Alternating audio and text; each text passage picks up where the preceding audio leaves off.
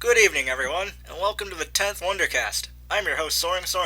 We hope you had a wonderful holiday and a happy new year. Tonight we're going to go over Chapter 136 and Chapter 137 of Piercing the Heavens. Listeners, beware. If you have not read the latest chapter of Piercing the Heavens, there will be spoilers below. There will be spoilers in this discussion. Please pause this now and go read the chapter. And joining us tonight is Animak, Evening. Jim Hoxworth,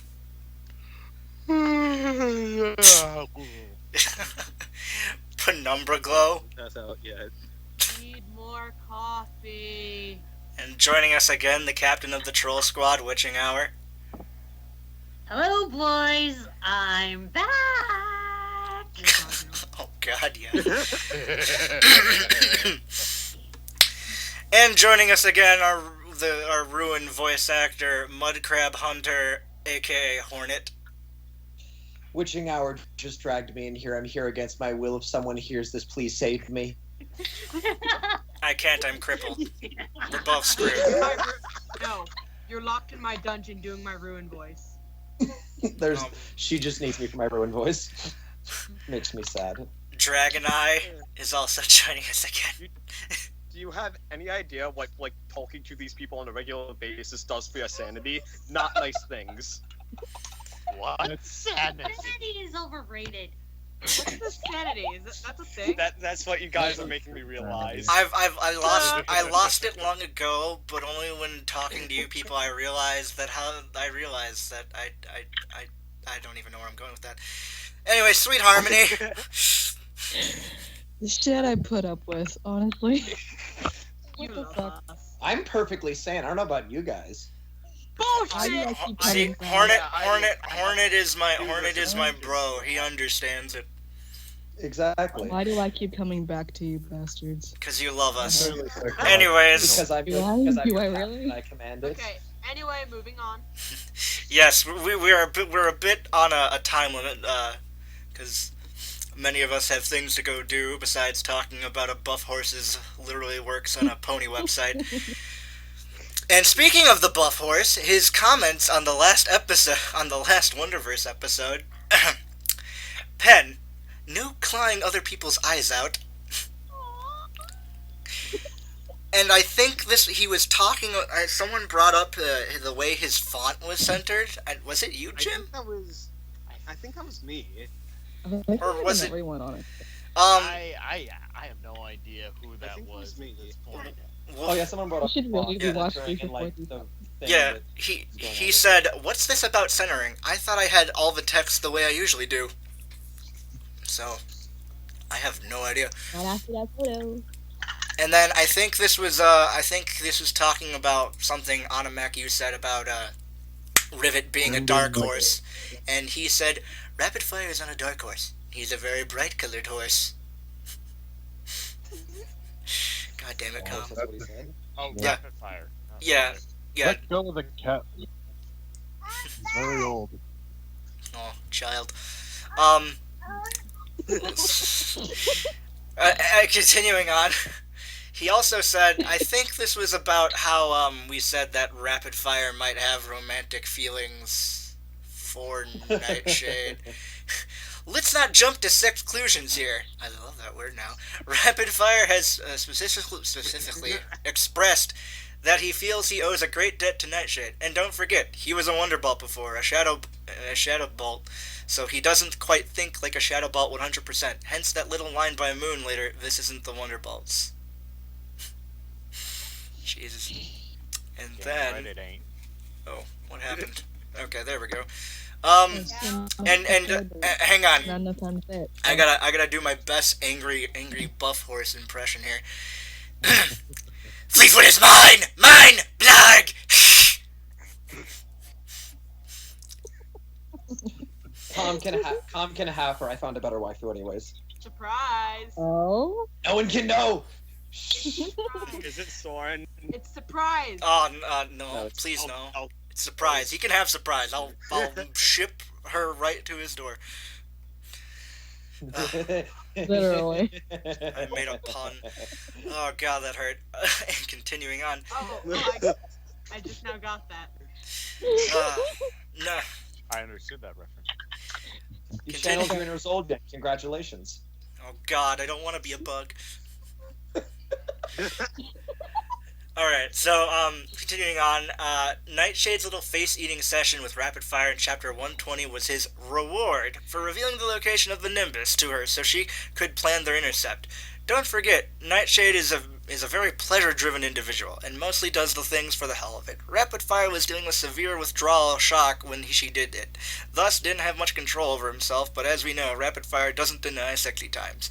But to be clear, nothing in that scene was meant to be romantic. It was meant to be more or less, meant to more or less clarify that it was indeed Nightshade, since she went right ahead and did something sexual on the whim to a victim who barely had any willpower to resist or play along. And it's continued.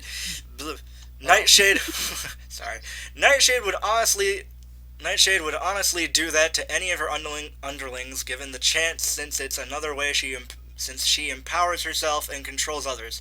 She doesn't take kindly to being denied, if you know what I mean. It wasn't meant to be a rapid-fire specific action. It was more meant to be, yep, that's definitely Nightshade moment for the readers. And Jim, you commented something about it. Well, Nightshade uses her sexuality like a weapon. She swings her hips like she'd swing a blade. With purpose. Deadly purpose. Phrasing. God. I couldn't resist. I'm sorry. Believe me, the phrasing You're not was sorry. intentional. You don't mean that.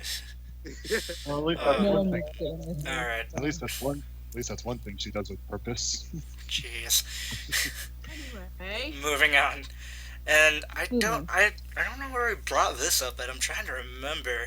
Yeah, I don't know the context. I really should Like, watch these context things for like this. on Friday night or Thursday. Discord took the depleted, knocked out Soren to a hidden room in the castle before turning the guards into squawking parrots. Forcing himself in, dropping Soren on the floor beneath a bright shining yellow light, and demanded an explanation from Celestia before I cut the chapter out like the trollolo douchebag that I am. And you are! I think none of us can doubt that. Very much so. And, None of us have it down. For listeners, there's also a twist emoji after that. And I think this is Calm just poking a little fun at one of our members here. Tell Jim to stop being so sexy. What? That is very Right, difficult to ask of Jim. Yeah. With Man that doesn't have an statement, off switch. What? Oh. careful, Jim. You got a buff. Wait a minute. I thought that was Yeah. right next to the prostate. Oh wait. No, wait, that's Oh dear God. God. Oh my God. Or is Oh. that the on switch? Yeah, maybe a button. Oh, and for those of you that don't know, it's the whole inside joke thing with the troll squad and everything. Oh, anyways, we are slow. We are on a timer.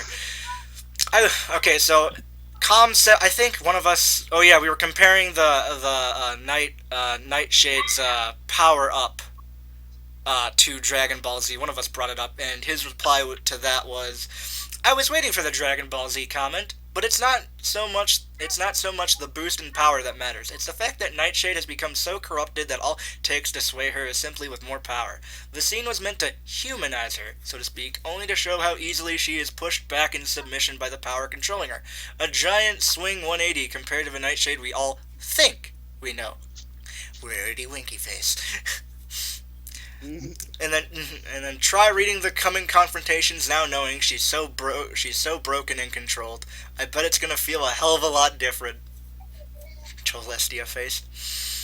And then next comment was about how we were unable to go into further detail about Kane Ost last chapter.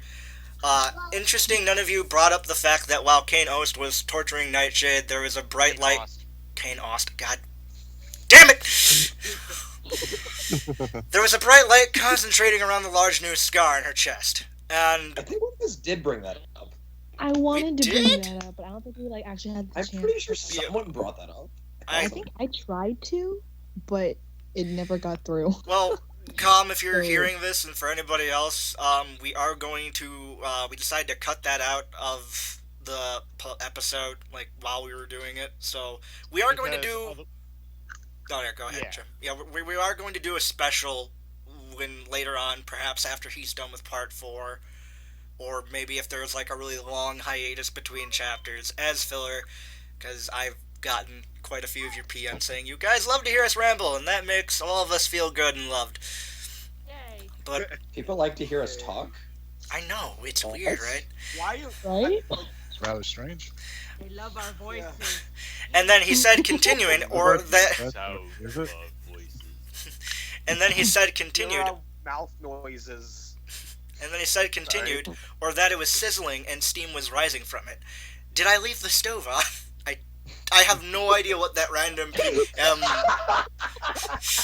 just I just assume what that is will- just he decided to add on to that. Either, hey, someone needs to start rewatching these things the day of, or Colm needs to start sending timestamps. Yeah, timestamps would be very helpful. Yeah, because I was like, okay. I am very confused. Yes. And then this was when I think this is when we were trying, or I was trying to quote what Moon, or Ruin said to Moon about revenge, and I completely fucked it up.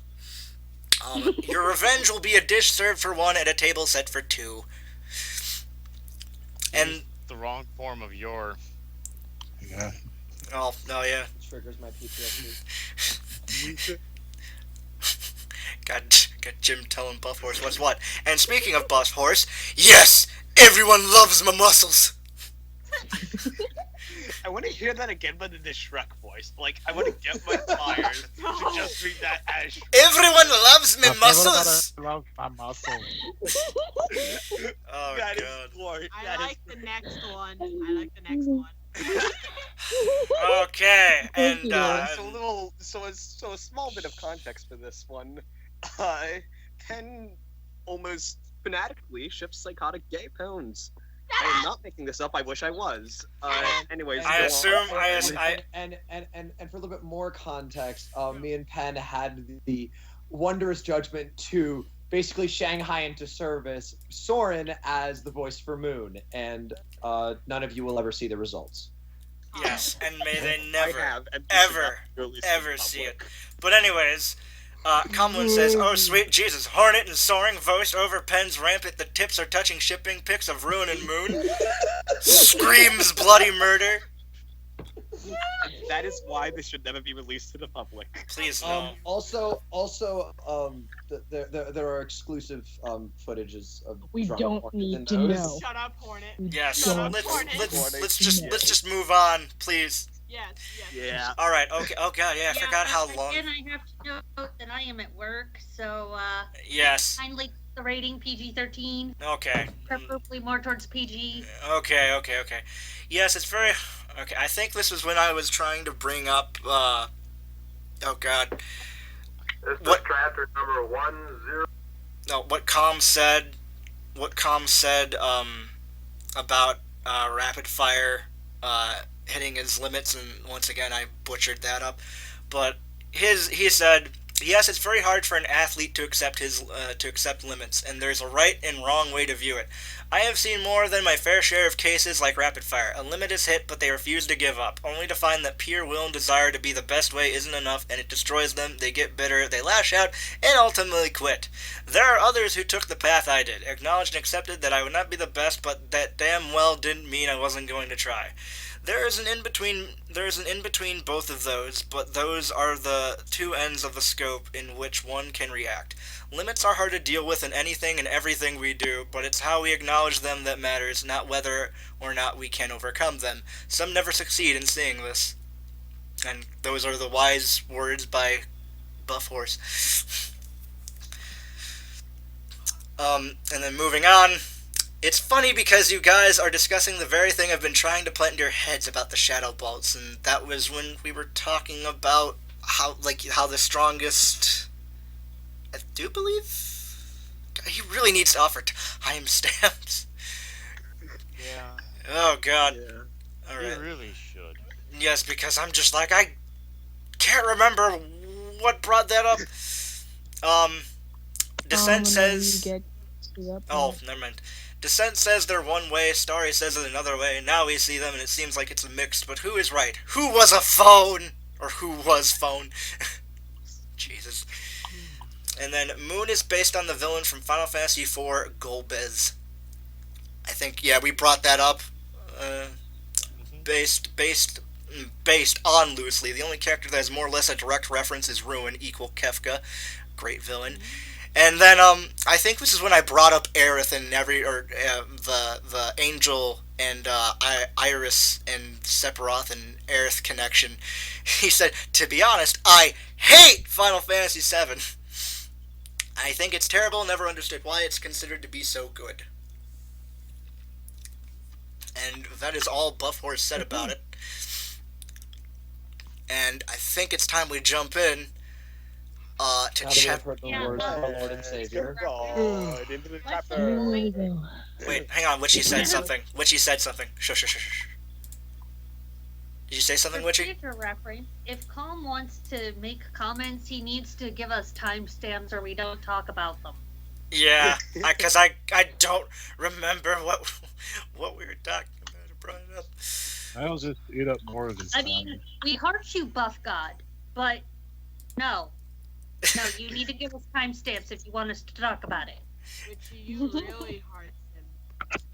Yes. Shush, Yes, Mickey. Yes, for the viewers, we really appreciate you watching this, but we promise you that we do not watch this. Yeah. It is too long. I've watched a I couple know of it. them. I Overwatch. thought I was the only one. Overwatch takes up too I much know of my the life as it is. Alright. Glad we watched your podcast. And I fell asleep. Alright, Moving okay. on. Alright. Squall attempting to cheer up Little Star. God. Yeah. That Twister part. Mateo trying to I'm find it. actually going to try and learn to play the accordion. Please do that. Just for that. There's probably an app for that. That picture by Foxina was so adorable. That freaking tore up my heartstrings when you just see her like trying to hide her giggling as. And if I could go off on a tangent here a little bit, I kind of like that because it shows that while because you can obviously see that Calm is trying to draw a parallel between Twister and Ruin here, whereas they're both kind of chaotic and mad and just utter madness. But you see that Twister, at the end of the day, even though he doesn't seem to care, you can tell that he does because of stuff like that.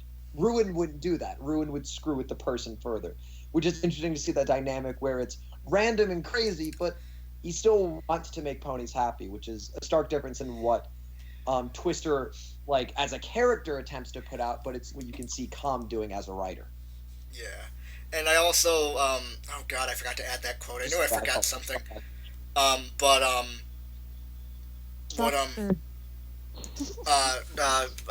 Matimio said about Dash also trying to cheer up Matimio? Mateo. Mateo. I suck at pronouncing these names. It took me like a minute to register. I was like, did he just say Matimio? I heard it. Yeah, my brain. I'm sorry, Calm. I keep mispronouncing your names or your characters' names horribly. Mattio or Maddie. I'm just gonna call him Maddie. Maddie. I'm just gonna say Maddie. Maddie pulling Squall aside because Dash wanted to talk to Star and says like, oh well, only she can talk to Little Star because she's a female. They had to go through that whole discussion, and I Yeah. was actually kind of nodding along with it because it's like it's kind of true. Because I mean, like like when guys want to talk about stuff, they normally go to their guy friends. When girls want to talk about stuff, they go to their girlfriends. It's like this really weird connection that these genders have. I know that sounds really bad to say, but I mean, like if you really think about it, it's kind of true. I mean, it's not wrong, but it's not right. If anyone gets what I'm trying to say, like. You all right there? You okay? No. All right. Okay.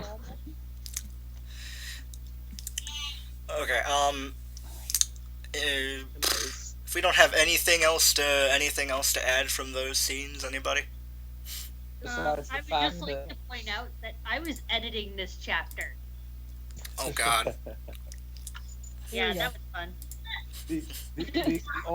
I mean, the only thing I guess I'd add is that Squall attempting to cheer up Little Star was literally the most adorable thing I've ever seen in my life. Yeah, it His like was. pained attempts at like step back, walk forward, groan, step back, try again, groan, get mad, apologize, try again, get mad again, walk away. And then Really what happened, and it was adorable to watch and also excruciatingly painful. Yes. I think the only one who does things more painfully than that is when Syl does shipping. Oh God. I just got done reading Daring Do. I will not talk about still shipping. don't even Still recovering. stop talking. stay far away from memories of midnight.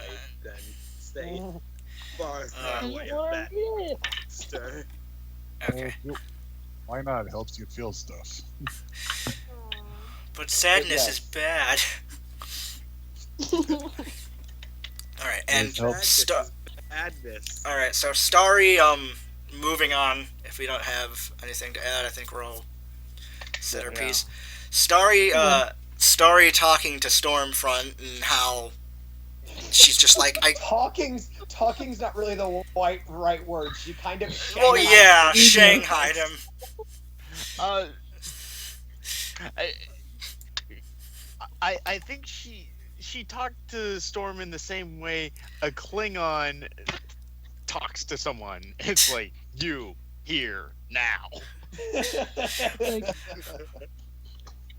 there was no transition. It was literally just barging in, screaming for Storm and dragging him out of the room. And everyone was just like, what the fuck is happening? Like, what? It's like, So it's just like, and then I just had this mental image of like a Starry Out's like this Kool-Aid Man sort of thing, where it's just like in the middle of a God. conversation, just she's running through the wall. The wall gets Storm, leaves. Just bust through the wall. Storm, I need you. Oh yeah. and then lightning. Phrasing. Oh God. I think I just discovered a podcast image. Yeah. Please. Yes. Where? Okay. We just got started, Pen. We God knows how much idea fuel we're gonna give to you. Okay. hi, child. Yes, hello, child coming from Animax. Mike. I just love the scene where like, I think it was lightning. Oh, hello. Jesus. He likes Some- it too. Yeah. Christ compels you. Okay, we're dealing with a possession from Animax, so for anybody listening, I'm sorry. And I think me and Hornet are out of holy water. Yes, I'm sorry. Me and Hornet are out of holy water, And- so we can't save us. Yeah. And the lead and second in command of Misfits are dying right now of laughter. Oh God. I'm just tired. Our squad is led horrendously, and it's great. Horrendous is not even the word to describe. That is the subject for a whole nother. Anyways. Yeah, we gotta get moving on. Yeah. Okay. So Oh wait, no, we already did that. Brain. Descent and Storm's interaction. Holy crap! I This cried. made me warm and fuzzy. Oh God. Caterpillar. Yeah. This Like- once again, It's fine. like something that just made me feel good inside. Like in the middle of all the just like crap that's been happening to these characters and like this part in general. Just Oh, made me yeah. There feel was good enough inside, fluff you know? to make me feel like a really fancy, fluffy dessert. Like a macaroon or something. Like, you know, like the special pastry dough that they use? I forgot it's called, but it's really fancy. And it's really light, fluffy. Caviar. Philo That's dough. what it felt like. It's called philo dough. Philo dough. I thought it was pronounced philo dough. I've heard it both ways. Okay. Yeah, I and forgot. But I anyway, yes. just a random thing. I don't know if anybody has seen those PSAs. They were PSAs when I was I was starting out like high school, and they're PSAs for like dads to be there or something like that. Um, or like it was like maybe like a Big Brother program or whatever. Um, and that picture with Stormfront and Descent. I don't know why, but it was just so picture perfect, just so adorable. God. It's everything. uh, and one thing about the Descent and Storm interaction that I thought we could go into further detail is Descent brings up the fact that if the time comes, would he be able to kill Nightshade? And I just wanted to know your guys' thought on it. I honestly don't think he'll be able to. Well, I can think of one scenario. Oh. Nightshade trying to kill Storm. Oh yeah. Ooh. Yeah, We but must- Okay. That actually is a I- possibility. that is a possibility, but I don't take Calm for that type of writer. I feel like because Yeah. he's built up that kind of emotional tension, he's going to want to force Descent to address it head on. And I don't know. That's the thing, is Well, hang judging by how Calm... Oh, sorry, go ahead, Jim. Yeah, Jim's turn. No, you go ahead. All I was gonna say is, judging by how Calm writes, I'm usually pretty good at predicting these things, but I have no idea. I have no idea what is gonna happen. Like, I'm like 99.9% sure she is going to die of some means by some point. I'm of the camp that her own arrogance will kill her in some fashion or other. You're making our magical- Nightshade You're fan killing sad. Pen by saying this. I'm no. Don't worry, ruin it. Will live. I'll make sure of that. But makes her happy. But no, I'm of the camp that her own arrogance or the crystals itself will kill her. But whether or not Descent will at least have to make the decision to attempt to kill her, oh god, that's a difficult one. Or whether he'll be able to. It would be an interesting plot twist if he tries to talk her down in the middle of combat. That would be. Given that all It's of over, my Nightshade. predictions, Hang on, Higher ground. Witchy's talking. given that all of my predictions thus far have turned up completely wrong, well, okay, maybe not completely, but mostly wrong, and resulted in me eating crow dinner for like 3 chapters, I'm going to pass on making any predictions. Okay, thanks. Well, Okay, thanks, bye. Yeah. here's my thought. If Nightshade tries to kill Storm, I don't think that Descent would take the shot to try and kill Nightshade before Storm is hurt. I think Descent would knock Storm out of the way and take the shot for Storm. I think he would sacrifice himself Well, for Storm if that situation were to come about. yeah. That being said, I don't think that that's what's going to happen. I agree with Jim with there. Hornet. It seems way, way, way too indirect for what Calm usually does. Also, consider Nightshade's initial reaction to Storm and losing her ever-loving shit and running the fuck away. You got to take into account how she'll be able to face him.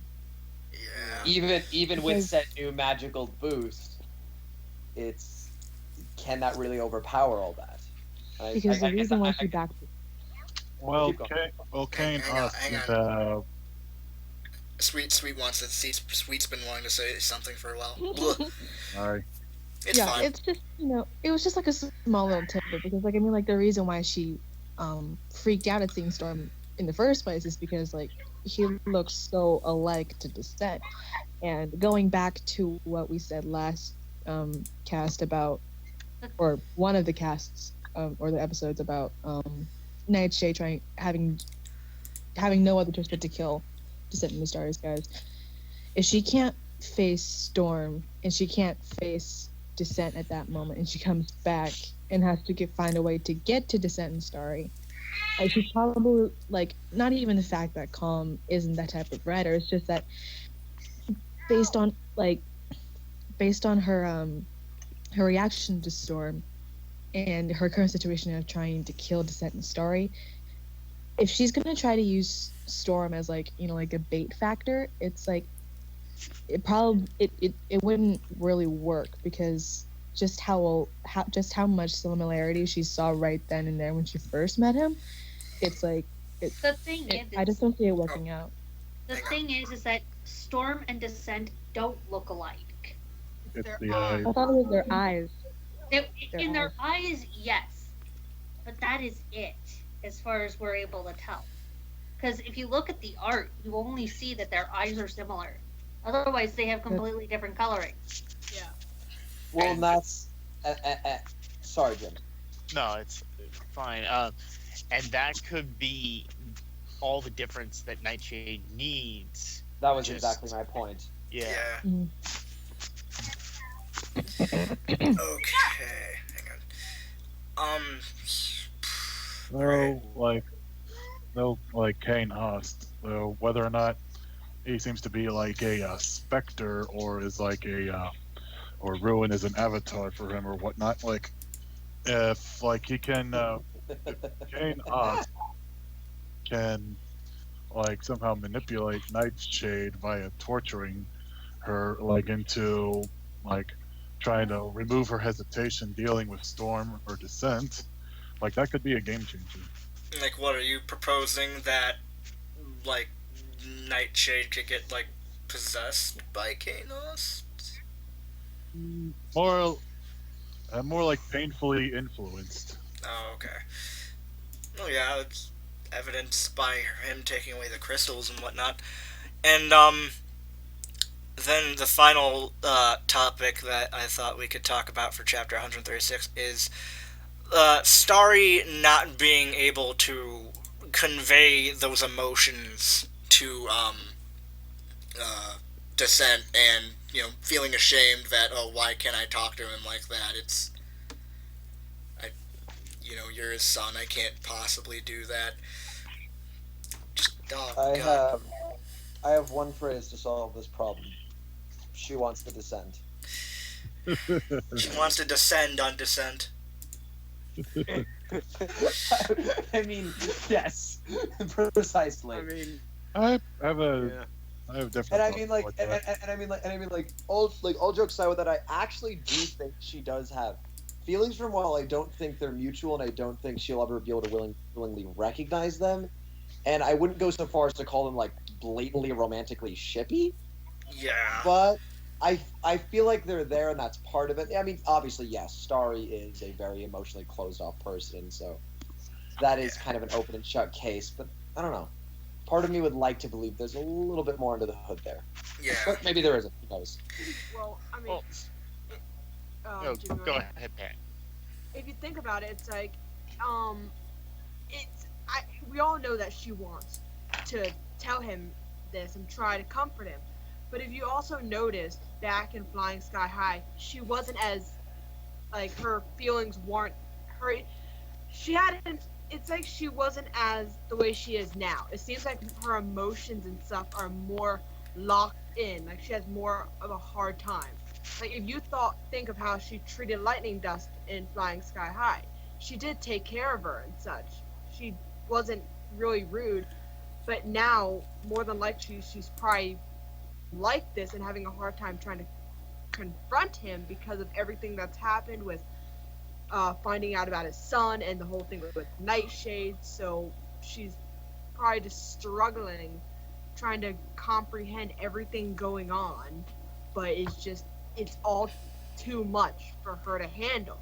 Yeah, this is all new to her, especially like teaming up with the Wonderbolts and seeing how they are. And Yeah. I feel like it's a cold day in hell that Penny doesn't think that there's a ship going on somewhere. Yeah, Yeah, no, like, Satan is probably skating his way to work as we speak. Hey, I am tired as fuck, alright? Penny, Jeez. Penny, remember, I'm at work. Yes, let's try to keep the F bombs to a 0, please. Oops. What did I It's fine. miss? Okay. I Anyway. would say part of Starry's problem is like like in one of the final episodes of Evangelion where they talk about this is the you that exists in this person's mind and this is the you that exists in that person's mind. I mean, Like I would say that she is like that. Her conflict is like in part with like accepting parts of the sense that she wasn't certain was there. Like she had like a painting, but now like she's realizing there's more pieces to it. Yeah, that's definitely a part of it. Well, one key thing to note here is Starry is emotionally damaged in every and all senses of the word. She is not normal by any stretch of the imagination. Do we have any backstory on her aside from the shared bit with like being raised under shadow bolts with Descent and Nightshade? Not really. Really? It's always been Descent and Nightshade. You have a No, lot. You have a lot we've for never had Descent it. and Nightshade, but Starry actually hasn't been explored too much. Yeah, no, she She's hasn't. we have yet to have some sort of backstory for Starry. Well, we know Right now. she kept her original name. Yeah, Like, she's we know always that. been Starry's That's guy. about it. Hi, baby. Her name's Leah. She's like 2. hello, Leia. All right. If we don't have anything to add to that, or any final comments on Do we comment chapter on on the, 136? Well, I Wait, mean, like, do we I comment kind on of, on what? I kind of missed the Starry not being able Hang to on, confront the hang sun. on. What? Oh wait, you didn't comment, or you didn't say what you wanted to say about that? No, Sweet. because I don't know what was said because I left to go wash the dishes. So. Oh. Oh, We were just talking about how she was a closed off person emotionally, and how this is all new to her and she's uncomfortable, all that jazz. What did you? I had some. Oh, go ahead and say What? it real quick. I forgot. Oh, okay, no, never mind then. I Me too, honestly. Okay, so any final comments on chapter 136? the push door, like or pushing the door, That was like funny. pushing the full door. they're Yes, every character's worst nightmare. Yeah. or my nightmare. Well, And I'm just another aspect like that. I'm just thinking about it. Like, it can show that like the story can be very goal driven, and that she ignores details around her. She ignores a lot of detail. well, I can honestly- detail. Hang on, Animak, I honestly think Jim wants to say something. that was a callback to an earlier sequence involving Spitfire. I don't think there was any deeper significance there at all. I think it was a When she I'm was not the only one who saw that. referencing I think it was referencing that earlier sequence where It was like all the way back at the very beginning of PTH, where it was just like Fleetfoot was poking fun at Spitfire for Oh wait, pushing the cold door while wait! watching Oh, I the remember wait now. for Oh alert. my god. Yeah, Oh, yeah, I What? remember that. all the way at the very beginning of PTH, and I'm like, Memory. Back when Wavefire was still excruciatingly painful to read through. Oh oh, and I'm like, wait a minute, is this referencing with that? I'm glad I'm not the only one who saw that. Oh my gosh. Oh my god. Is I it remember supposed to be now. the same door? Is it the same door? Might be. Oh my god. If Cobb actually did that, oh my god.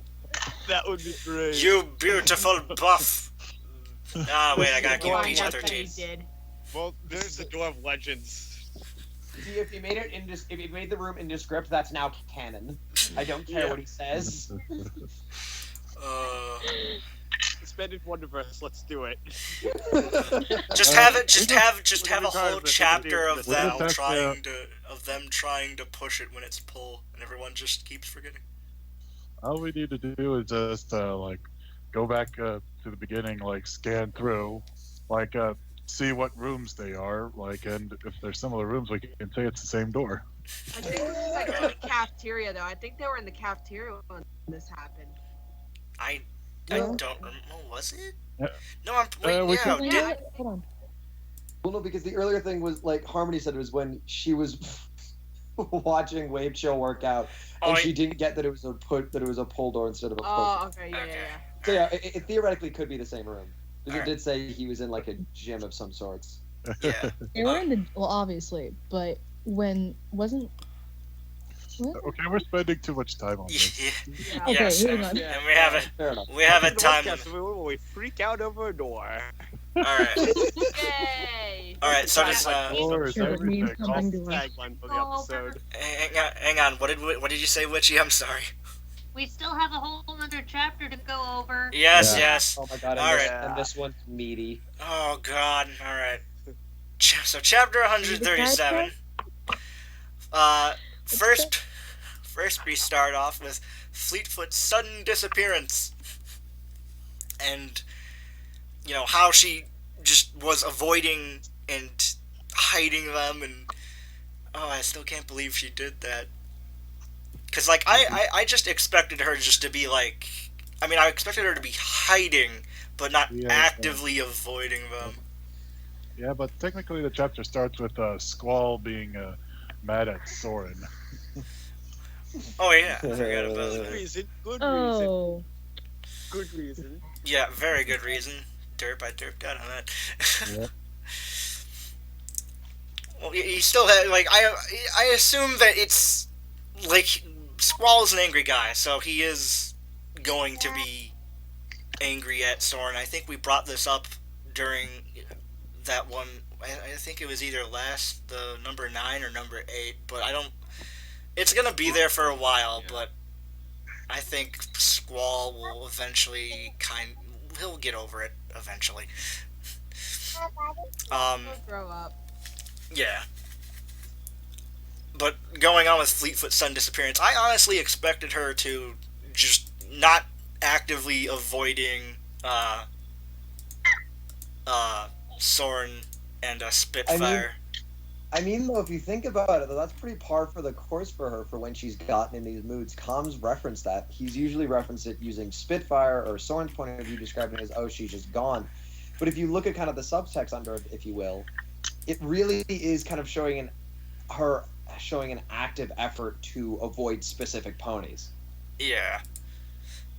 I just don't think we saw all of that coming. Like, a lot of it, I feel like, was pretty par for the course, but some of it was heavy. Yeah, that's pretty much chapter 137 in nutshell. Just really heavy. 137.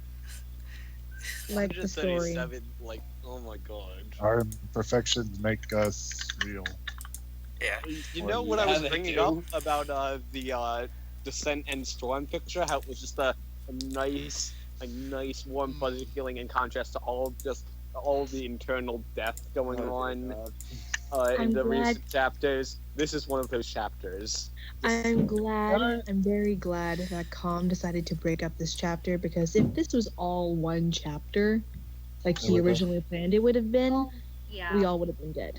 Yeah. Well, It would have that been a roller coaster. Hang on, Witchy's saying something. yeah, it would have been. There was so much impact in the scenes with Fleetfoot that really you would have diminished the stuff with Starry and Stormy and Descent, or just it's really good that he broke these up, even if it does mean that I didn't get to edit all of it. Minus 2020. Leah, stop with the cord. Yeah. But, It was just- okay. Yeah. and moving right along the field track. I hope I don't forget anything else. Damn it. Why Fleetfoot kept her body shaming or her self shaming bottled up for so long, and oh my god, this. This Actually, broke me. Soren, This broke gosh, me. we're gonna- that did me. if we're gonna jump right to that, I'm sorry to tell you this. You missed something huge. What did I miss? What did I miss? The magazines. Well, no, picture. that's what I was gonna cover. That's what I was gonna No. cover up because she covers them in the magazines. No. No, she Okay. doesn't. She does she which like one? it hints at it? Hold up. Hold up. Do you guys mind if I go off for a second? Because Go ahead. Go on. Go right ahead. Light it so off. I'm gonna be real with you guys for a second. I read this chapter and I went down because I may not have personally struggled with body image issues necessarily, but I did struggle with self-loathing, and well, my girlfriend struggled with body image issues like hell, and Calm hit it right on the nose. Yeah. So, yes, she was Calm- hiding it, but the fact that she was writing it and doing all these things, because you can say like, oh, it was workout pictures, it was motivation, but Calm made it pretty clear it wasn't about that. It was very much about degrading yourself. It was very much about just, you'll never be good enough. And how that becomes a self-fulfilling prophecy, and then fear of what others think because of that, and then the spiraling fear of, even though they think I'm weak, I can't tell them I think that because that's a petty thing, because I'm beautiful, I'm this, I'm that, but it's all bullshit because it doesn't matter compared to how she feels, which is why the scene when she finally, again, I'm going to skip forward a little bit, but the scene when they open up the door and Spitfire says, don't you ever say you're not important to us, or something to that effect. Don't ever say we don't need you. Yeah. Yes, that was the exact line. Oh my god, because that is exactly what people don't expect in a situation like that. They don't expect people to be that close. She wants to be loved by everybody, but she wants her friends to love her, but that little doubt creeps up in her mind that, oh, they don't need me, they don't love me. But when in fact, it's not just that. It's she doesn't feel like she deserves it. Yeah. That was the biggest thing, is that's why she was isolating so heavily. Is at the end of the day, she felt she didn't deserve what she had. She felt she didn't fit the picture that everyone else thought she did. And the big thing is, like, she's always felt she didn't fit as a Wonderbolt commander. That's been over-alluded all the time. But what really hit home here is she didn't feel she deserved friends like Soren, Spitfire, and Dash. That was the big thing. She didn't feel like she deserved them, and that they shouldn't be burdened with her problems.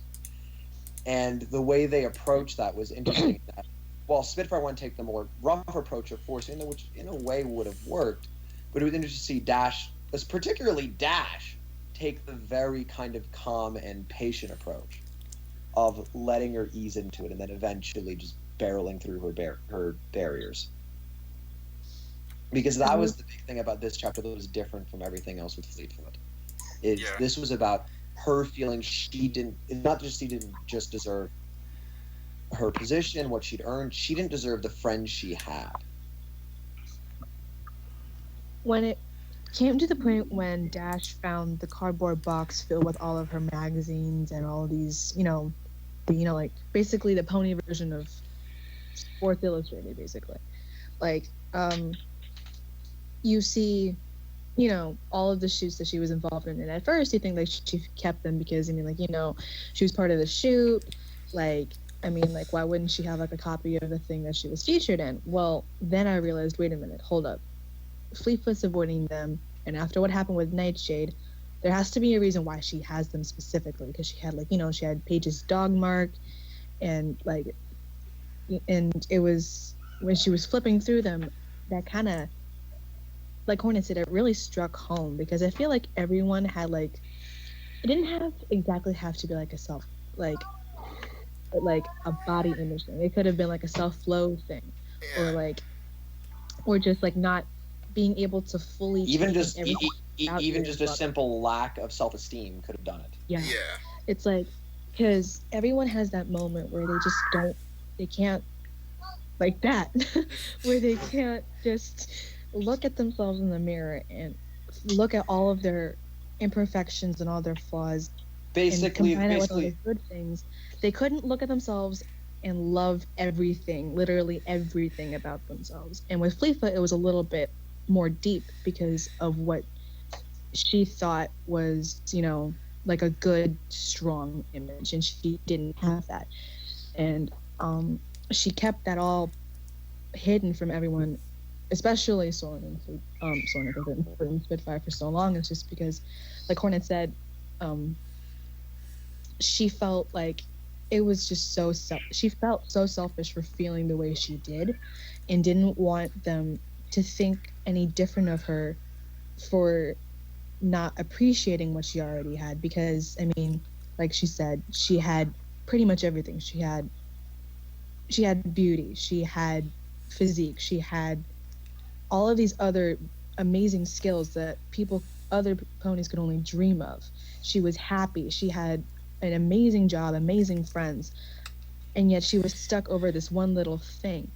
And she felt like if she brought that out to people, she would be seen so selfish because she had everything good and she was still not satisfied because of what she wasn't like seeing herself as she should. So it's not only like the fact that she felt like she didn't deserve friends like Soren and Spitfire, it's just that she herself felt like she shouldn't have to bring it out because of that sole purpose of feeling like she'd be viewed as selfish. Yeah. And it was hard. This chapter was so hard to get through. Back on track here. I think a big thing that Harmony brought up, and I guess a way to kind of, not really sum up what she said, but kind of, I guess the way I view it is when she looks in the mirror, she sees a pony that's pretty, that's all this other stuff and whatnot, but she sees that image in the mirror, and then she looks at what she has, and basically it's a kind of thing of one of these things is not like the other. And it just doesn't, and that just doesn't register in her mind, and so she feels like, I don't deserve this, but that's petty because I'm here and I need to. And then she doesn't want to burden it again. She also goes into, she's afraid what they'll think of her because she goes into her obsession with bigger bodied ponies. And she's afraid they'll think she's weird and whatnot, and it's just an interesting take on all that. I feel like what I was going with that is just because, I mean, Fleetfoot had a really hard time accepting what she had and what she is, not really what she had, it's more like what she didn't have, because it was like, her visual and her own personal visual of strength and leadership was having to have size and strength, which were things that she said, and we all know she doesn't have. She has everything else but those two factors, and because she didn't have those two factors, she hated how she looked, because she would look at herself in the mirror, and yes, sometimes she'd be like, yes, I look awesome, but then at the end of the day, that small thing at the back of her head is telling her, you don't have these things, therefore you're not good enough and you don't deserve the stuff you have. And that little voice is what it's really what had kept her from really stepping up and really giving her own mind. It's like, because like she said, she kept on dancing away from very heavy and big deals, and the only time she would ever really act as a leader is when she didn't realize she was actually being a leader. So she wasn't actually like saying, here, you go lead this person. Like, it wasn't like a direct thing. She would just step up not realizing she was doing it, but whenever she was like face to face given a task to do, she would avoid it at all costs because she didn't feel like she had what it took to actually pull it off efficiently. And there was just so many factors that came in with pull her. It off successfully, really. That too. She just had so much going on in her mind, especially with her own opinions of herself. So brought upon the efficiently be damned. And brought upon like she is presently at the lowest point she's ever been in her life. Like, yeah, like this stuff. Yeah, the stuff she wrote in the magazines, like that may have been a low point of a They day, were, but they she's were presently at sickening, the lowest honestly. point in her life that we've ever seen her with, like after the confrontation of Nightshade. Like, and so these are amplified. Like, The comments that she wrote on her pictures were honestly they were honestly very, not only heart-wrenching, but they were almost sickening because she was downgrading herself so much. It's like, because that's how that works. yeah, and it was so bad. because that kind of issue. It's not about what you are. It's about what you're not. And Mhm. the problem with that is no matter where you are, Fleetfoot said in the moment, like with everything with Nightshade when she gave her that muscle, she said, "I felt so satisfied." But the thing there is that it's still hollow in the end because what she's really looking for is a sense of confidence, and she thinks that will give it to her. And why I thought it was so interesting that all the others brought up their imperfections, and that was because it showed that strength and these qualities do not equal whatever it is. Even Spitfire at one point brought up how she sometimes wishes she was as pretty as Fleetfoot. And so it's interesting to see how that dynamic works. Where is again, that's just how it really works. Is it's not about what you are; it's about what you're not. Hmm. And I think like with Fleetfoot, she let that voice telling her what she didn't have get to her head.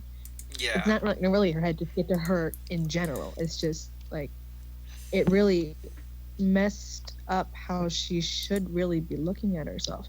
Because, of course, everyone knows that downgrading yourself, especially up to this point, is not healthy.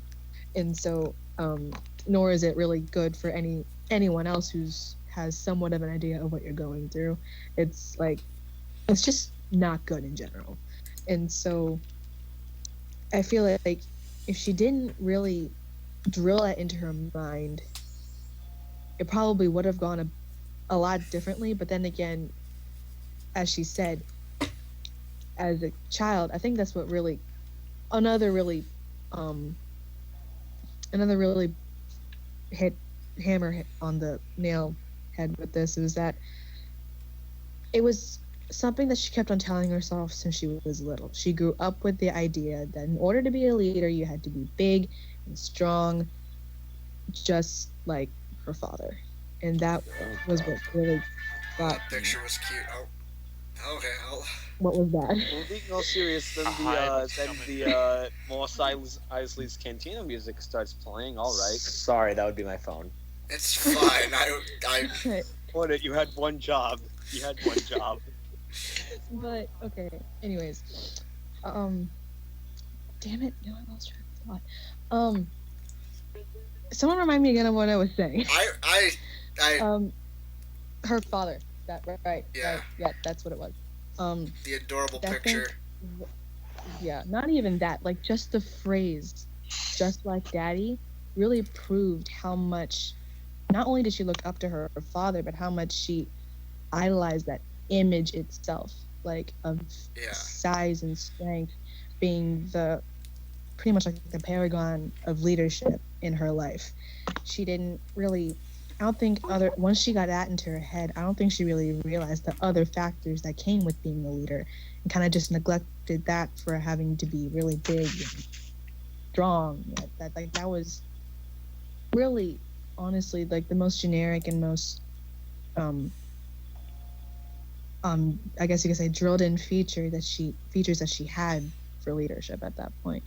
And when she didn't get that, when she realized that when she would never really have a chance to get that, it did numbers on her, and it really did alter how she saw herself, because she spent her whole life expecting to, like somehow like grow taller and get bigger and stronger at that fact, but it never happened. Yeah. And when she realized she was never going to have that, it did so much to her opinions of herself that it really it twisted it really did twist how she thought of herself. It was sickening, to say the least. Not really sickening, but Yeah, sickening is the best heartbreaking. word I can use. Yeah. Very heartbreaking. It was, and then once she just revealed all of this stuff, everything that she's done within this entire series has made so much more sense. It now. all clicked Because, together. it all just clicks so much, and now I can't read past chapters without thinking of this chapter and realizing, oh my gosh, this is Yeah, she, the harassment this of is really, Rivet and Calm. this has really become who she is, and that's just honestly so sad to think about. And you can't really picture her as anyone else because that's the Fleetfoot that Calm has got us accustomed with. And the fact that this has all been just a cover up to try and hide what she really feels, it's almost like that's like almost like you want to think of that as a lie because it's become who she is. Like, you can't picture Fleetfoot without like the teasing and the flirting and the physical harassment. But when all of this happened, it's like it just suddenly just makes so much more sense now. All right. Is there anything else we want to say? No, I think we went through her the magazines, the why she bottled it up, and we did all the bottling up. We did the Sleep with Fear being a leader. Not being a leader, was one sort of, kind of. Yeah, you and Hornet were talking about that while I was let's see, where are we? Oh yeah, Fleetfoot. Another thing I wanted to beat up. Fleetfoot admitting how she enjoyed the power of the crystal and how she wants it again.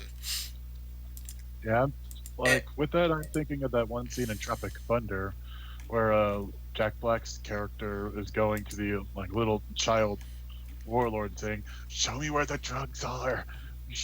What the hell? And that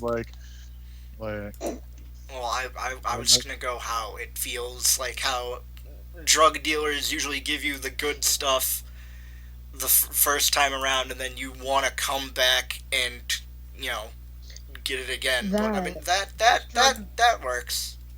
Drug dealing Tony style. Hold on, Soren. Are you speaking from experience? Because it sounds like you're speaking from experience. No, I just have a lot of druggies in my family. No, this is drug dealing pony style. Magic crystal That's a drugs. sentence I heard. All right. Hornet and I are just dead inside right now. Anyways, we've had the drug analogy for a couple. Quite a long time. Anyways, I was actually thinking about this just now, but it's really interesting to see because we know the crystals are addictive, but we just didn't know the extent of it till now, with Fleet wanting more of them after having the magic for literally less than 5 seconds, and she already is showing some parts of addiction, and that is partially because what the crystals do is they take a part of you that you don't find good enough, and they make it so you think it's good enough. Yeah, and that's it. Except they're also kill you. It's also the fact we never really knew the extent of how much the crystals could do to you, other than the fact that they could kill you, because Descent never used them. Star only used them when she had to, so it wasn't really enough to really get her addicted. But the potential we never really. They could go is potentially resurrection. Yeah, probably, yeah. And I mean, Silver also was under the influence of the crystals at one point when Nightshade turned him young again, and he also I'm pretty I don't know if he mentioned what he felt or anything, but I don't think he has because he's been almost dead since that chapter. But yeah, but I'm pretty sure it was also mentioned in the chapter at one point, during this scene when Fleetfoot was saying how it was very painful for her to admit, as we all saw, but she wanted that feeling again of feeling bigger, and that strong. Silver probably would most likely have like a lot of bad things to say about like the crystals and everything, but I feel like deep down, because I remember, and during when Uh, he saw himself in that mirror, or like that night she conjured up, he just kind of stood there and stared at himself for like a good several seconds, just kind of taking it all in, like this could be real. And then like, but of course Silver isn't the type of person to just turn his back on his family. I mean, like he would never do Yeah. that, not in a million years, even if he Also, got what he really Hang on, wished. hang on. Animak wants to say something. there's also key differences between the transformation, like between Fleets and Silvers. Fleets is like uh, like they were both powered by desire. Fleet's desire was like from her body image that we've been talking about, but Silver's was a desire to be young again, so he could continue fighting like as if he was in his prime. Wait, It's like to deal with the present situation. didn't didn't Fleetfoot have like a crystal inserted into her, but Silver only had like a burst of oh god, phrasing. Yeah, damn it. Phrasing. Yeah, and Phrasing and boom. Silver had like just only like not the crystal, but like just an amount of the raw magical energy, like just a small amount. I Just think they both taste. had crystals phased into them. No, no. Well, either way, it's neither here nor there. I don't think Fleetfoot was exposed to enough crystal energy to cause any of the nasty side effects that we have seen previously. Yeah, She I was just, she uh, it was too painful for her to continue to use it, so it naturally had a cutoff point. So there's I don't think Fleetfoot's at risk. I think this is all a moot point anyways. yeah, I think like the only reason why I she's was- really in pain is because like her body was just it was literally expanded. yeah. So I mean like, that's She's- pretty much it should Yeah. be the only reason why she's in so much pain, because I mean like she grew practically 2 times her size. Like Yeah, the physical effects are very visible. Well, like it's not she's physically possible. Shouldn't be physically possible. Well, Yeah. it is physically possible. It's just very, very dangerous in that time scale, because Yeah. how the So body let's grows professional is wrestlers. how Mm. how the body grows is it tears itself deliberately and then fills in the gap. So to do that in that amount of time, it's very that dangerous. is gonna hurt. Especially That- since it was done so forcibly too. So it's Yeah. just like it was all at once. Like literally it was all big Yeah. and then it just shrunk again. I mean, granted, there is some wiggle room because magic, but even still, that's. Ooh. Reality still has to play into this somehow, some way. And this is the reality of it. Yeah, It's still gonna hurt. Whether it continues to hurt after a certain amount of time has yet to be seen. It should hurt for a while, because I mean like I previously Yeah. just stated, she grew 2 times her size. So it Yes. will be normal for her to be sore for at least several days. And there's If the it, like, there's the short passage in which, like Rainbow Dash is noting that she's like shaking. Fleet is giving Silver a run for his money and the noises her body can make. Hey, Animak, I mean, do you think you can mute your mic not when you're talking? Just that we're hearing screaming in the background. I'm just kind of wondering what's going on. There's a plan, and I closed my door. Okay. Oh, okay. Okay, so, Soren and Spitfire, coming through or Rainbow Dash, saying, okay, well, here are these two ponies that, you really should tell this to, and, What do you have, Jim?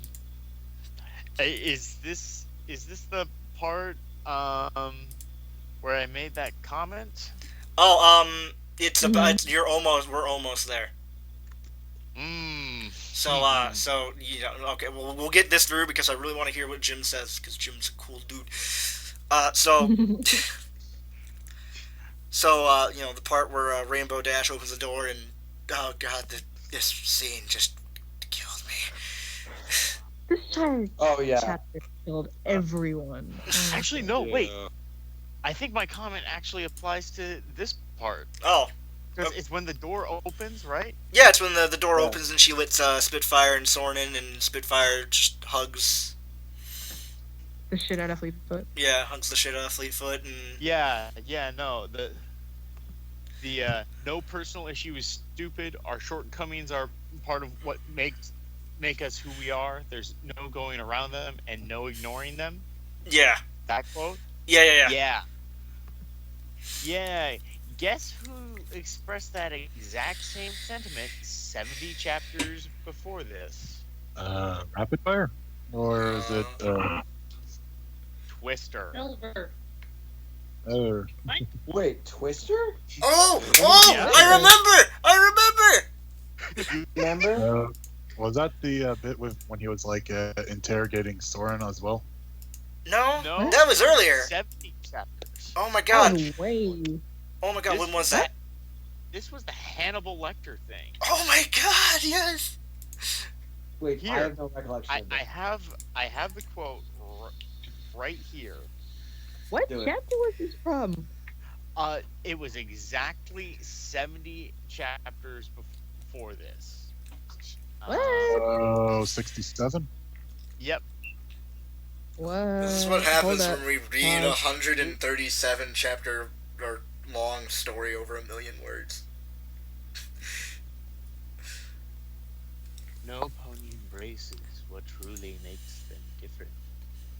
Do you want to know what makes a pony truly different, Dash? It's not Yeah, the things they are good at. It's what they fail at. When a pony is about to fail, what they do in the last seconds before the inevitable is who the pony really is. Oh, he went Do they- full Joker. Do they panic? Do they cry out? Do they do nothing?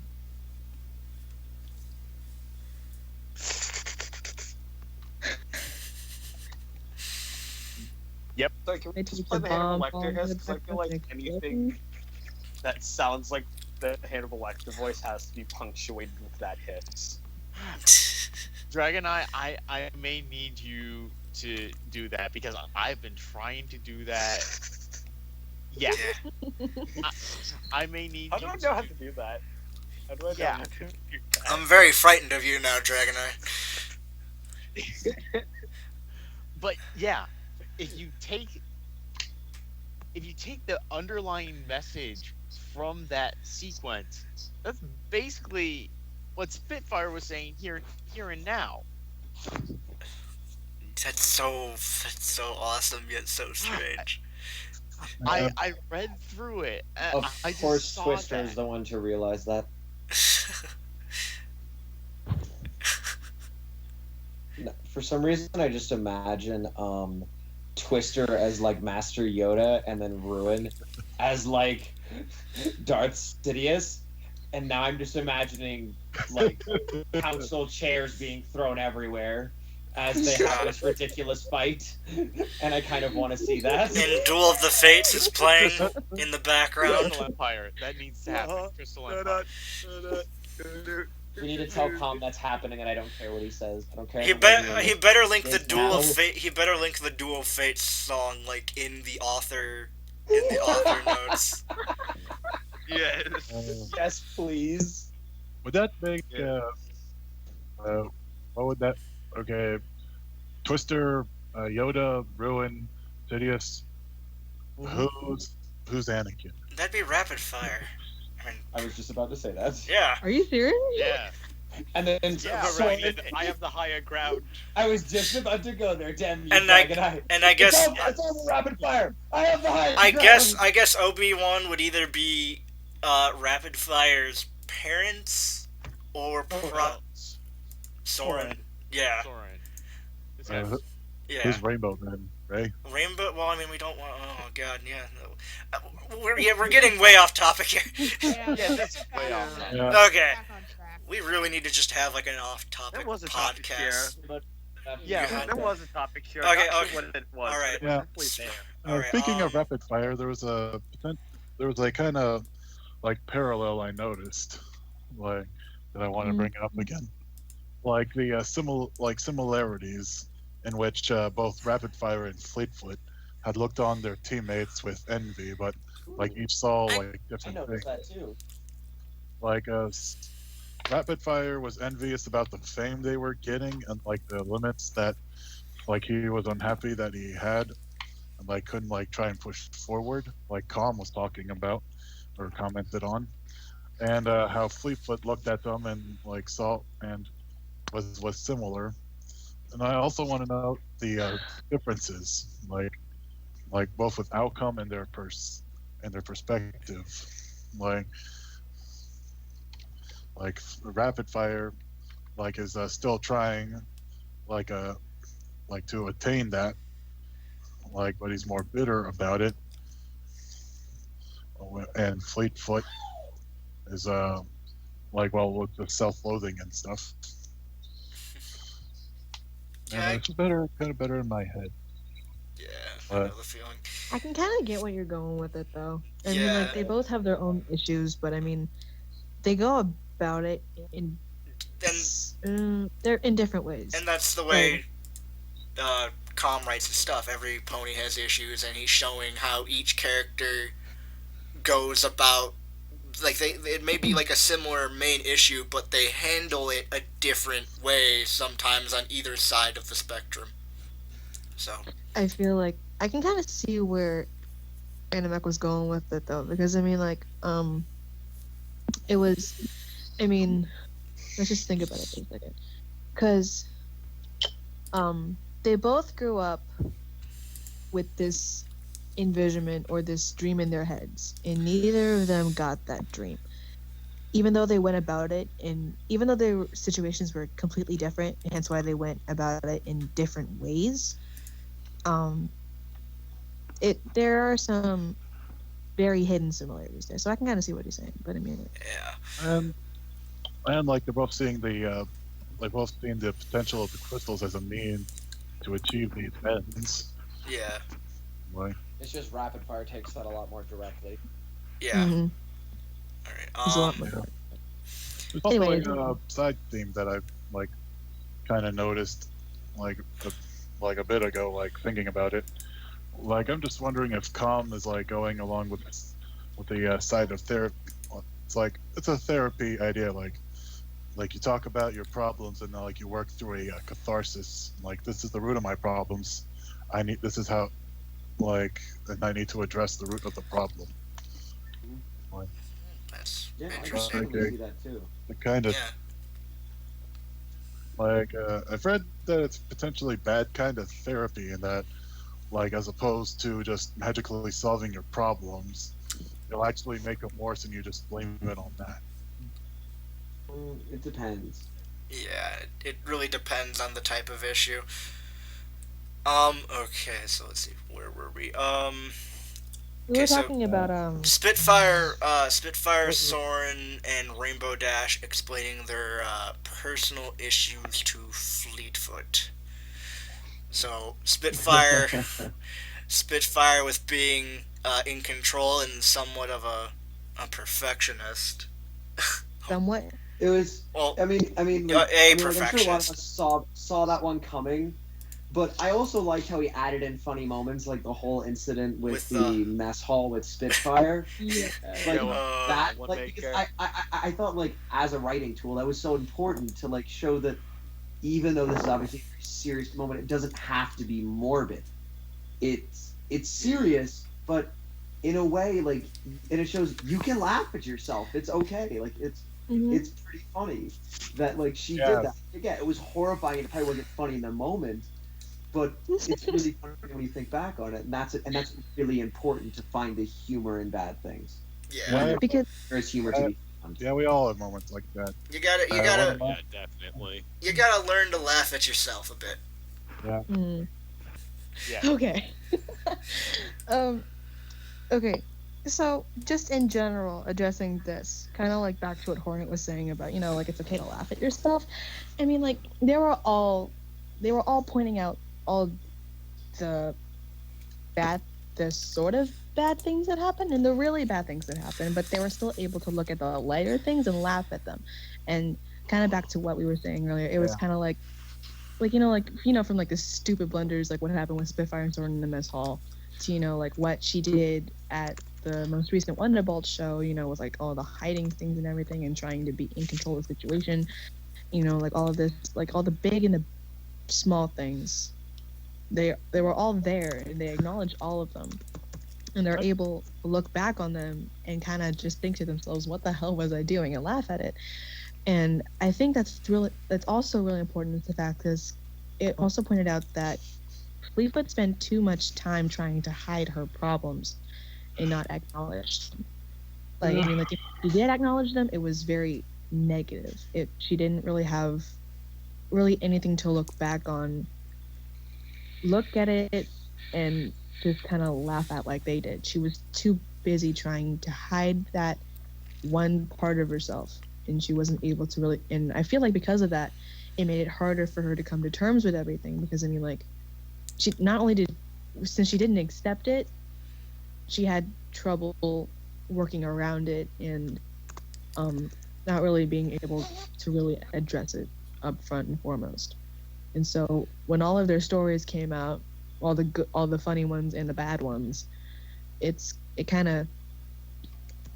made Fleetfoot feel like not only did the fact that they they didn't think any less of her, but it also helped with making her feel a little bit more comfortable with her own problems. Yeah. Because the whole reason why she didn't open up to them is because like she didn't want to be seen as different, and the fact that they didn't shocked her. And hearing all these stories about them and their terrible blunders and their own imperfections made her feel even better, because it showed her that it's okay for me to feel like this. I may not be okay with it, but it's okay, because everyone feels like it. Everyone's been there. Everyone is going to be there at some point in their life. And if you haven't been there, you're not human. So, or a character. But it's just, it was a really big eye-opener for Fleetfoot at that moment. Yeah. Because she got everything off her chest, and then they came to her with the same outlook like they've always looked at her. And that was something that, in the end, she was very grateful for. And so hearing all these problems, all these issues, and then their situations, and them laughing at them, and it made her laugh too.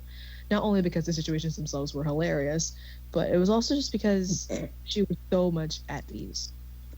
And I feel like that was what really sealed the deal for her. Like she's, like I said, it was an eye-opener for her. She was able to see that she had others to go to. Like, they may not understand entirely since all their situations were different, but they knew what she was going through. And I don't think she realized that beforehand. And if she did, she probably wouldn't be where she is now. But whatever. So, yeah. Okie dokie. I'm curious anyone as to Yeah, whether or not the omelet thing actually happened to come. Like, Really? I. like Well, you can ask him right now. He's gonna be watching. Did the omelet thing happen to you, Calm? Calm, did you explode an omelet all Leave it over in people? one of the 50 in the 50 messages are gonna send Soren. Yes, woe is me. Just like no other percentage, just yes or no. So like in the middle of these like big elaborate answers, yes. Anyways. Alright, oh god, my brain. Okay, so, and Soren and his protective, and his, rather reactive, overprotective nature of... We totally hadn't noticed that at all. It's like that was such a subtle thing. Like, we were all so shocked to hear that Well, Soren's overprotective? What? Jesus, I didn't know. Imitate a bomb It's blowing up just in the in background. water is wet. Ah! Ants can fly. I didn't know Pegasi could fly, that's new to me. Not new to Discord. Pack of side pigs. Pick a side. Pick a side. But yeah, I guess on a more serious note with that, I mean, again, like it really wasn't a surprise, but it was cool because Com really did acknowledge that it was obviously. Yeah. He quite was obvious like that was- it wasn't subtle about it, and I'm sorry. Yeah, no, continue. Oh, Sorry. you're okay. Or If you're gonna say Hornet something, brain. I don't really- Reading this. God, I need sleep. Um. We all Speaking of We all which, do. we Yeah. Okay. should probably wrap this up. All right. Yes, because Please. dear Jim, we are all very tired. In case you guys could not tell listening. Since you guys can't see the chat, me and Penn are currently actually laying down because we decided to be insomniac buddies and stay up all night. Yep. Dun, This yeah. You do that's realize okay, that I'm guys. sitting over That here is with a pillow in my 100% on right? you guys. So God, okay, Soren is overprotective nature, and how even he said it's not that subtle. And then I think I just want to bring up this little thing. Didn't Syl? I think I sworn Syl mentioned something about this one scene. I'm looking through the Troll Squad chat and I can't find it. It's easy for things to get lost in there. Uh, Oh yeah. yeah, okay, I Like your can't. computer's RAM. I do not know where it is. Okay, well, I give up. I don't know what he said, and I completely forgot. Moving on, unless nobody has anything else to add. Let's move on. Okay. Well, Yeah, Rainbow please. Dash is talking about her issue. Yeah, Opening up about lightning. Again, Yeah, it's big not. surprise. Yeah, it's not really Yeah. surprise. I was just adding it in Yeah, case but- somebody has And something to yeah, add. and I mean, as far as her performance anxiety goes, I mean, it's like it was interesting to see her develop on that further because a lot of us kind of really knew that was there. But I will admit, it was interesting to see her really kind of elaborate on how much she pushes herself. But again, Com really just kind of stuck with the show. And I'll admit, like, it was, I liked how he brought up freaking Sonic Rain Boom. Oh with yeah, And that how was great. I thought that was such a cool callback. I was like, whoa. Mm-hmm. Like, that was really interesting the way he really kind of explained that with his version of Rainbow Dash. Yeah. Because, again, it was still the show, but it was like, wow, he tied those together in a nice little bow. And I don't know, it was just, Mm-hmm. it's not really a comment on her as a character. It's more just a comment on, I liked how he wrote that. I liked how he thought of that. He Yeah, had so many other examples he could have called from, but it was cool to see him call from the canon there. yeah, Because I feel like we all knew about her phobia of lightning, but like her performance anxiety, we all knew it was there. But like how she like we said, like how she elaborated it, it was a little bit more serious than what we thought it was. Because I mean, like she also mentioned like her training with Silver. She always felt the need to meet these really high expectations. Hence why she would always be really nitpicky with how she performed. Like she was always that's pretty much her really motivation is to basically impress and make an imprint on these people and these ponies that she was, pretty much like, performing in front of, like Silver especially, because like I'm pretty sure she said this somewhere in her explanation, but she always felt like she needed to really put an imprint on him, especially since for a lot of reasons, but mostly just because I mean, like he was a seasoned veteran that personally took her specifically under his wing, and I feel didn't she say that was pretty much the highest like the highest expectations she's ever really felt like she needed to meet, I think, because being mentored by the oldest Wonderbolt standing at that time, as well as one that was very skilled and very respected in the organization, was a really big deal. And he also placed these really high expectations on her. Everyone did, but Silver especially. And she had this thing with high expectations, saying that if she would constantly feel like she wouldn't be, like she had to push herself in order to meet them, if not exceed them. So how she elaborated on that situation alone it was it pretty. gave more insight as to what she actually felt. Yeah. Yeah, Yeah. And then I guess, does anyone else have anything? Because I actually wanted to go into the next like theorizing questions. Mm-hmm. Because Yeah. I have something for this. And so the next question is, where do you think the story will go from here? And Going. which do you God, I remember the skipped it. conversation we had about this? Oh no. From About specifically with Silver? Do you want to go into that for the viewers' sake? Because that was actually an interesting point that I had with you. What was that? I don't remember. It was one of the late night conversations, because if it was, I guarantee you I've completely forgotten about it in the stress of moving. It's okay. Oh no, you're okay. It was we were discussing how we both agree on where Silver's arc is probably gonna, at least in our minds, needs to go from here. Oh yeah. But knowing Calm. And, I have made my stance on Silver's survival chances in Arc 3 very plain. Yeah. I still I know. think he's gonna die when they get to the Crystal Empire, which will mean that he will not survive past Arc 3. But this is my personal expectation, and I fully expect to be eating another crow dinner once we get to the end of Arc 3. Because again, my predictions are almost always wrong. However, he's a good uncle. I am going to say this, and I'm not saying he's going to die, because I agree with Witch that knowing Calm, he could pull 180 on us and just not do it ever.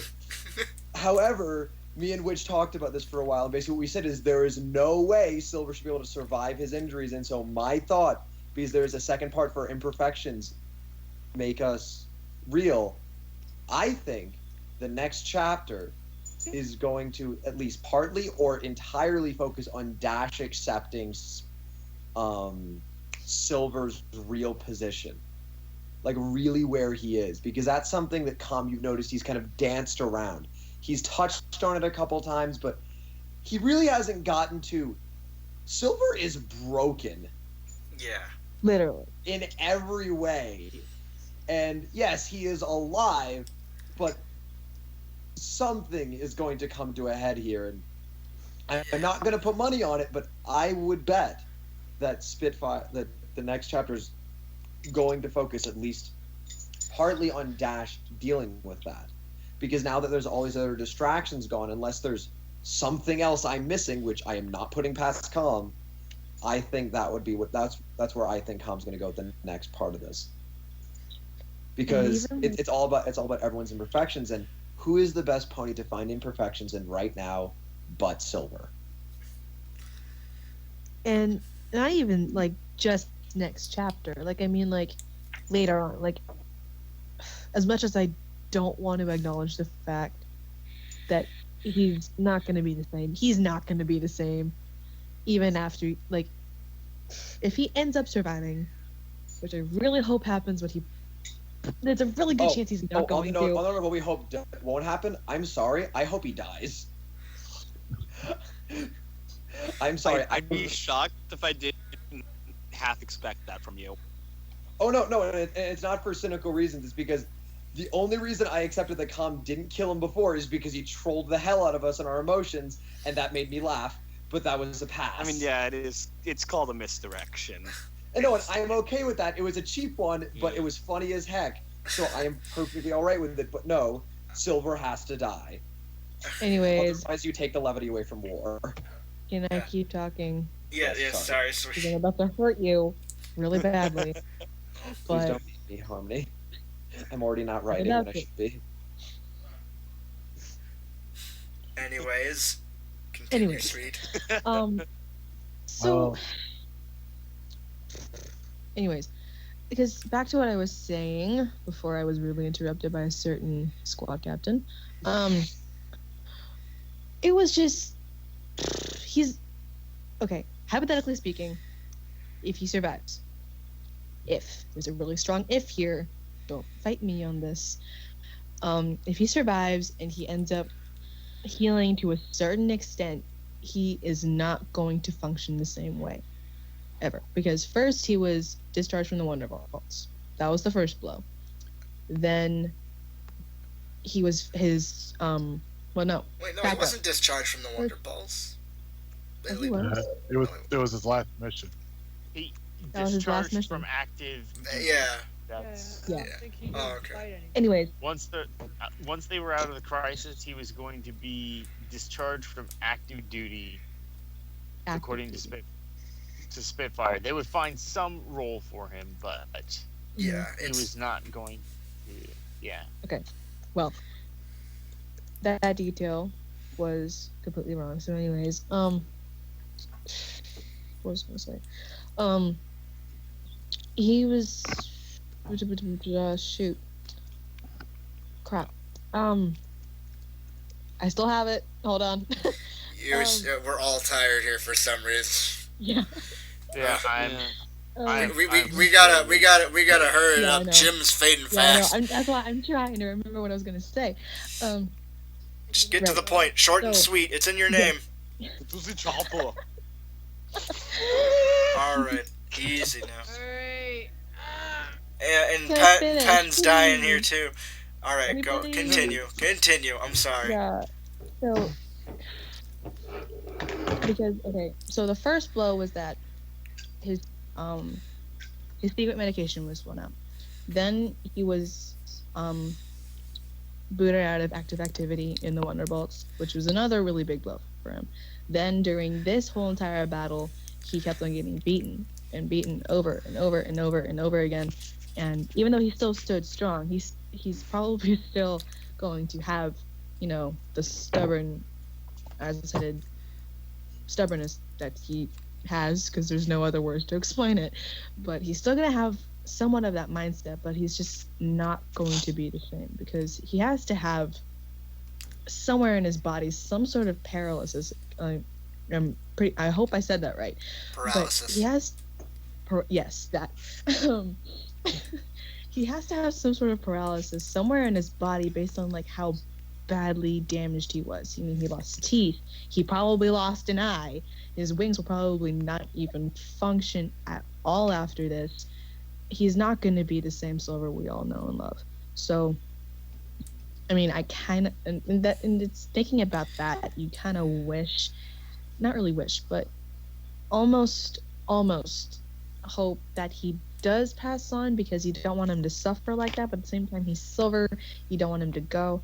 And that's why I keep on hanging on to the fact that I remember a while ago, I think I commented on a chapter or something like that, and Calm said that he wouldn't kill off a character that isn't important to the storyline. I don't know if he means not kill him off at all or not kill him off at that moment and during that arc. So that's kind of vague there, but I'm clinging on to the hope that he stays alive that soon. And so, Alrighty. Hold on, don't get me wrong. If he can find a use for him, I'll be okay with it. However, Silver, in my eyes, would serve a far greater purpose for Dash to have to conquer losing someone like that and realizing that no one is invincible. But because that's if what he can happened find with a Blizzard. use for him, yeah, exactly, and that is the important thing. And so if he can, I would go with that. But if he thinks that if he does have a good use for it, because I am not going to judge the author and what they want to do until they've completed it, until I've seen it through to fruition. But I will say that I'm of the camp that he should die at least at some point. But if he's got a use for him, then I'm okay with it. Alrighty. However, most ways I go see him dying. Maybe Silver will be the one to take a bullet for someone, take the beam blast, for someone, and then that'll be the last thing he does. Alrighty. Well, Jim is fading fast here. Everyone's fading fast here. We pretty much just talked about what we want to happen, what we actually think will happen. We pretty much just covered that with that one. Yeah, there's just Penny's theories at the bottom. Pen, do you want to go over those, or are you too dead? I can do them. Are you dead? I'm sorry, Pen. It's After this, you fine. can I'm just- dream Yeah, of. after this, I'm passing out. I'm sorry, but no. Okay. And you Yeah, should no. too. So you're gonna hit stop record on this while it's just gonna pass out. Alright, but We all have our pillows ready. okay, I'm just gonna make this quick. So starting with hopefully Starry at some point will be able to start talking to Decent about and being good at comforting him. Hopefully someone can help her come out of her shell and help her out with that, so she won't be like this nervous wreck when she's trying to help him out, like trying to be like, hey, I want to help you. And yeah. Then moving on to another one. Hopefully she'll be more comfortable with Storm and not as. It seemed like she was more a little bit rude to him. So here's hoping and a little pushy. So here's hoping she'll get used to him, because since she didn't find out about him till recently. And So and he kind of represents a huge. He kind of is a manifestation of everything she thought she knew about Descent that she doesn't. So it might take a while, but here's hoping she can finally just get used to him. Realize I kind of have to get used to him. I mean, this is like my best friend, and I can't just ignore the fact that he's got a kid. I'm gonna have to get used to it at some point. Yeah. So that'll happen, and then finally, now that Fleetfoot has actually said what's on her mind, maybe now, if she's having any more problems, she won't just be wanting to talk to Dash. She won't, because it seems like that's who she was talking to. She might actually start talking to Soren, to Spitfire, because those are like her best friends. So, okay, yeah, I'm done. I want to go to bed. I thought of something. Just now. Okay. If Storm wasn't with Derpy, Storm and Starry would make an interesting ship. That would make a very weird but interesting ship. Very odd. Okay. Pen. Whenever you're thinking about Don't it. get ideas. Starry's like in her 30s, and like Okay, good. mid to late 30s. Hey. She's late 30s. That's Penn more than kind of creepy. Yeah. Contrary to common conception, Penn does have shipping standards. They are very few and in between, but still. Oh God, Dragon, you are. Oh God. Okay, yes, let's wrap this up. All I right. want to go to bed. All right. As you can tell, the people listening, we're all very tired. We all Most decided of to us are stay up. probably in our bed. We all decided to stay up late Friday night, so. Sorry, Hornet's my insomniac buddy. All right. I worked the fucking night shift. Yes, everyone send your love to. Everyone send He is your love to currently Jim. working. Yes. But this has been the 10th Wondercast. Holy crap! I can't believe we've been doing 10 of these. I want to. And I can't believe people watch this. Yeah. I want to thank. Listen to this, guys. Episode. I want to thank everybody who actually cares to listen to us ramble. I want to thank everyone here for participating and putting up with this crazy, horrible idea that I had. I enjoy it. And of course, you want to thank Calm for Yes. actually watching all this and doing this. No, yeah, Calm crap. putting up with this. God, you are a crazy, crazy, crazy buff horse. Lots of kudos to come. We're doing more harm than good here, man. Like, you know this? Oh God. But this gets more popular and we keep this up, we'll be at a. Good night, Shut this whole thing down. Alright. Anyways, joining me tonight and saying goodbye was Animak. Evening. Jim Hoxworth. Good night.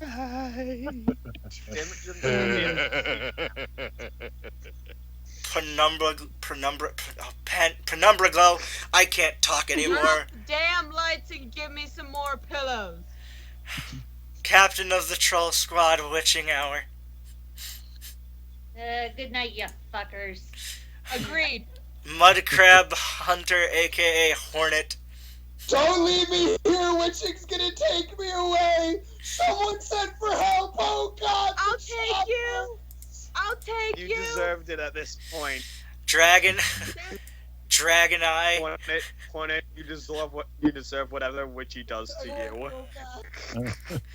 He's my insomniac buddy. Dragon Eye. I want it documented that I've said here, you deserve whatever Witchy does to you. God. Everyone You- say goodnight. Everyone And go to fucking bed. Also sweet good harmony. Sweet harmony. Is ready yes. to punch everyone in the face. Alright, yes. Good night, everybody. I hope you enjoy listening to this. Sleep well. Bye. God damn it.